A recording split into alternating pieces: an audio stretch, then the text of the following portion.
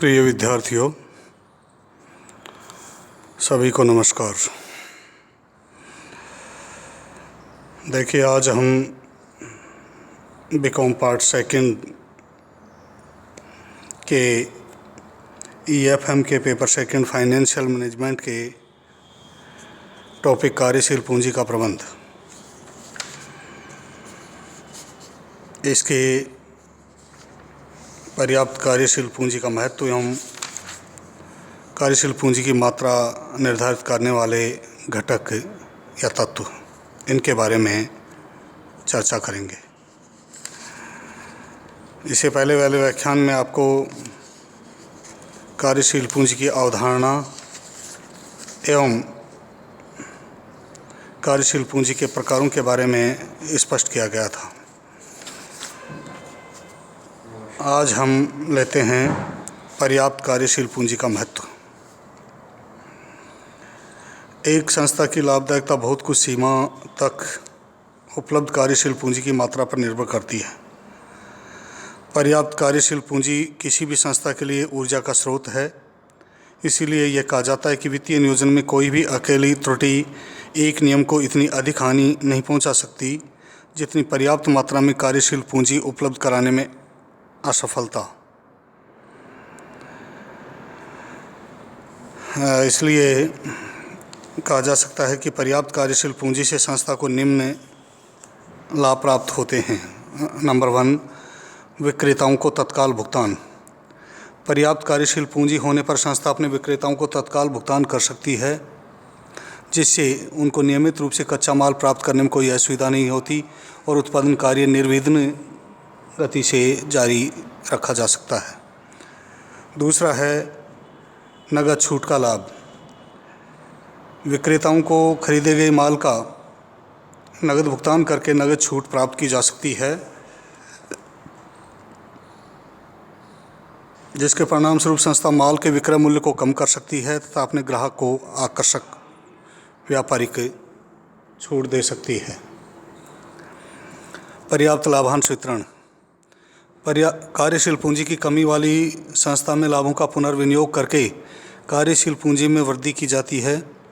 ऐसा करने से अधिक लाभ होने की दशा में भी अच्छे लाभांश वितरित नहीं किए जा सकते, किंतु यदि संस्था के पास पर्याप्त कार्यशील पूंजी हो तो लाभों की दशा में वह आकर्षक लाभांश वितरण कर सकती है। ऐसा करने से अंशधारियों को भी संतोष मिलता है तथा बाजार में संस्था की प्रतिभूतियों का मूल्य भी स्थिर रहता है। नेक्स्ट है ऋण क्षमता एवं साख में वृद्धि। जिस संस्था की पर्याप्त कार्यशील पूंजी होती है वह संस्था तृतीय पक्षों की दृष्टि में अच्छी वित्तीय स्थिति वाली संस्था मानी जाती है। इससे संस्था को आवश्यकता पड़ने पर तत्काल ऋण लेने में किसी प्रकार की कोई कठिनाई का सामना नहीं करना पड़ता है। बैंकों से ऋण प्राप्ति में सुविधा। पर्याप्त कार्यशील पूंजी और तरलता संपत्तियां होने पर संस्था की अल्पकालीन शोधन क्षमता उत्तम मानी जाती है। अनुकूल अवसरों का लाभ। व्यवसाय में अनेक ऐसे अवसर आते हैं जबकि कोई संस्था उस अवसर का लाभ उठाकर पर्याप्त धन अर्जित कर सकती है, जैसे अचानक माल पूर्ति का बड़ा आदेश प्राप्त हो जाना, कच्चे माल के मूल्य में वृद्धि की संभावनाएं होना आदि। ऐसा वह संस्था तभी कर सकती है जब उसके पास पर्याप्त कार्यशील पूंजी उपलब्ध हो। कार्यकुशलता में वृद्धि।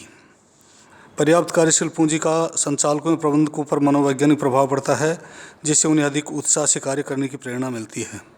साथ ही कर्मचारियों को समय पर वेतन आदि का भुगतान मिल जाने से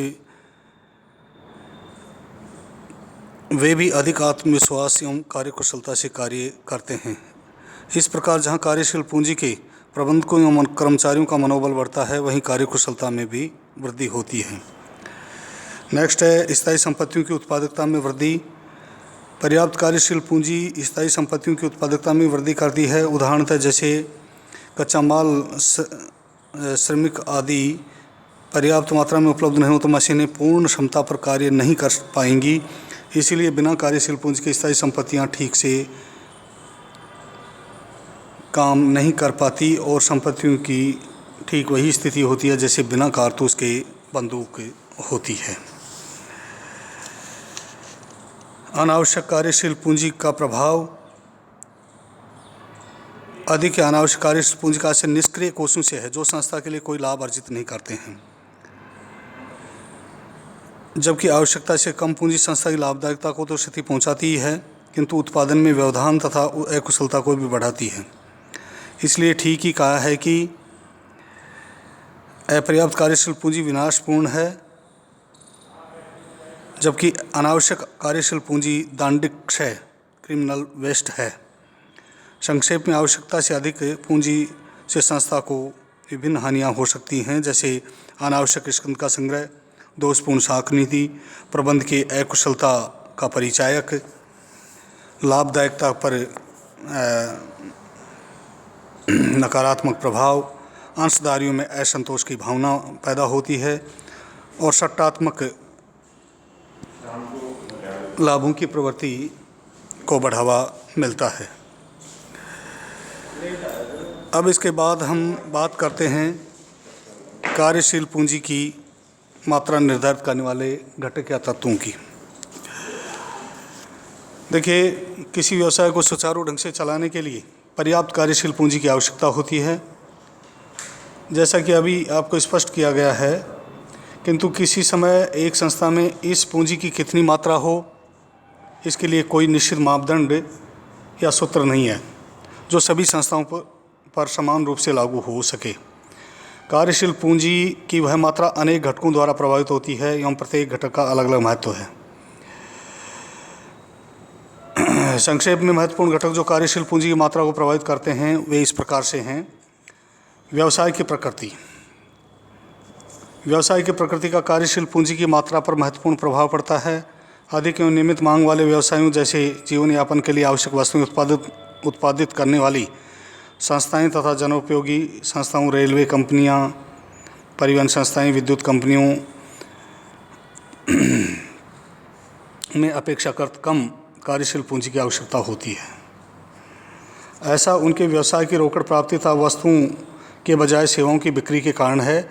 इसके विपरीत विलासिता की वस्तुएं उत्पन्न करने वाली संस्थाओं या व्यापारिक संस्थाओं में पर्याप्त मात्रा में कार्यशील पूंजी की आवश्यकता होती है, क्योंकि परिवर्तनशील मांग के कारण प्रचुर मात्रा में माल का स्टॉक सदैव रखना पड़ता है। नेक्स्ट है व्यवसाय का आकार।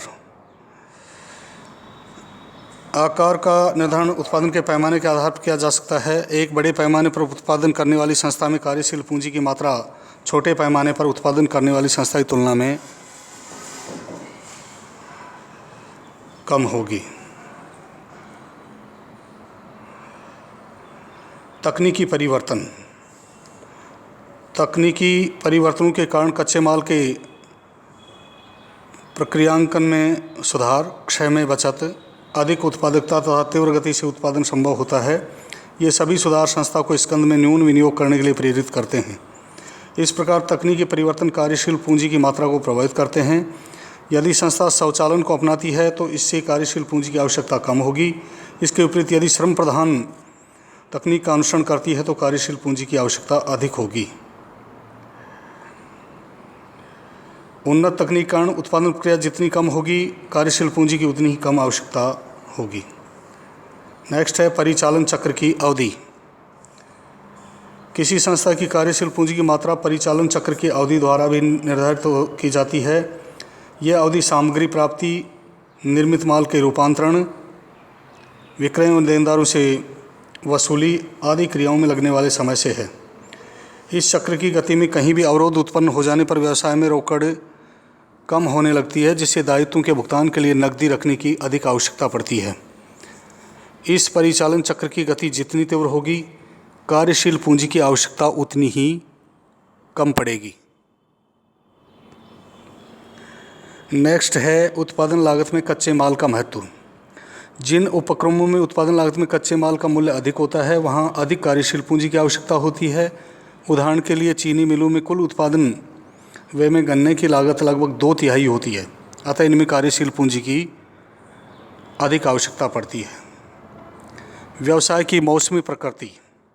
ऐसे उद्योग जिनकी वस्तुओं की मांग मौसम विशेष में होती है अथवा उत्पादन एक विशेष मौसम में ही किया जाता है, उनकी कार्यशील पूंजी की आवश्यकता मौसम परिवर्तन के साथ बदलती रहती है तथा वर्ष पर्यंत एक समान उत्पादन करने वाली संस्थाओं के लिए उसी हिसाब से अधिक कार्यशील पूंजी की आवश्यकता होती है। नेक्स्ट है संस्था की साख नीति। प्रत्येक व्यवसाय में माल का विक्रय उधार के आधार पर किया जाता है, जिसका भुगतान स्थानीय प्रथा या औद्योगिक मानदंड के अनुसार सप्ताह, महीने या 3 महीने में होता है। यदि ग्राहकों को उधार बिना उनकी साख योग्यता जाने स्वीकृत कर दी जाती है तो रोकड़ वसूली में अधिक समय लगता है। ये वसूली अवधि जितनी लंबी होगी अथवा प्राप्त विपत्रों की आवृत्ति धीमी होगी, उतनी कार्यशील पूंजी की अधिक आवश्यकता होगी। क्रय विक्रय की शर्तों में संबंध। क्रय विक्रय की शर्तों में समानता या असमानता का भी कार्यशील पूंजी की मात्रा पर प्रभाव पड़ता है। यदि कोई संस्था कच्चे माल का क्रय नकद करती है तथा अपने ग्राहक को माल उधार बेचती है तो उसे अधिक कार्यशील पूंजी की आवश्यकता होगी। इसके विपरीत यदि संस्था कच्चा माल उधार क्रय करती है किंतु माल का विक्रय नकद करती है तो ऐसी स्थिति में कम कार्यशील पूंजी की आवश्यकता होगी। किंतु यदि क्रय विक्रय की शर्तों में समानता है तो कम कार्यशील पूंजी से व्यवसाय का संचालन किया जा सकता है, क्योंकि उधार क्रय का भुगतान उधार विक्रय की नियमित वसूली से होता रहेगा। नेक्स्ट है कार्यशील पूंजी आवर्त, वर्किंग कैपिटल टर्नओवर। इससे आशय उस गति से है जिससे कार्यशील पूंजी व्यवसाय में घूमती है, रोटेट होती है। कार्यशील पूंजी आवर्त की दर बिक्री तथा चालू संपत्तियों के अनुपात द्वारा ज्ञात की जाती है। यह दर जितनी अधिक होगी, विक्रय उतना ही अधिक होगा। परिणाम स्वरूप कार्यशील पूंजी की आवश्यकता भी कम पड़ेगी। व्यावसायिक उच्चावचन। व्यावसायिक उच्चावचनों का भी संस्था कार्यशील पूंजी पर प्रभाव पड़ता है। सामान्य व्यापार की दशा में कम कार्यशील पूंजी की आवश्यकता होती है, किंतु आर्थिक उच्चावचनों में सामान्यतः अधिक कार्यशील पूंजी की आवश्यकता होती है। तेजी के दिनों में मूल्यों में वृद्धि के साथ साथ वस्तु की मांग में भी वृद्धि होती है। ऐसी स्थिति में भावी मूल्य वृद्धि की आशंका के कच्चे माल तथा निर्मित माल का पर्याप्त भंडार रखना पड़ता है, जिससे अधिक कार्यशील पूंजी की आवश्यकता होती है। मंदी के समय मांग कम होने के कारण बिक्री की मात्रा कम हो जाती है तथा उधार बिक्री की वसूली शीघ्र नहीं हो पाती, जबकि उत्पादन के सभी वे नियमित रूप से करने होते हैं। ऐसी दशा में आर्थिक स्थिति की सुदृढ़ता के लिए अतिरिक्त कार्यशील पूंजी की आवश्यकता होती है। नेक्स्ट है व्यवसाय के विस्तार की दर। यदि व्यापार विस्तार की दर धीमी है तो कम कार्यशील पूंजी की आवश्यकता होगी, और इसके विस्तार की गति बड़े पैमाने पर होनी है तो उसके लिए स्थायी संपत्तियों के साथ साथ चालू संपत्तियों के लिए पर्याप्त धन की आवश्यकता होगी, अर्थात अधिक कार्यशील पूंजी की आवश्यकता होगी। नेक्स्ट है लाभ की मात्रा एवं लाभांश नीति। अधिक लाभ की मात्रा संस्था कार्यशील पूंजी में वृद्धि करती है, क्योंकि रोकड़ में अर्जित लाभ कार्यशील पूंजी का स्रोत है। अतः जिन संस्थाओं की लाभार्जन शक्ति अच्छे उत्पादन या विपणन प्रबंध अथवा एकाधिकार के कारण अधिक होती है, उन्हें कम कार्यशील पूंजी की आवश्यकता होती है। इसके विपरीत जिन संस्थाओं की लाभार्जन शक्ति विषम प्रतिस्पर्धा या खराब प्रबंध के कारण कम होती है, उनमें अधिक कार्यशील पूंजी की आवश्यकता पड़ती है।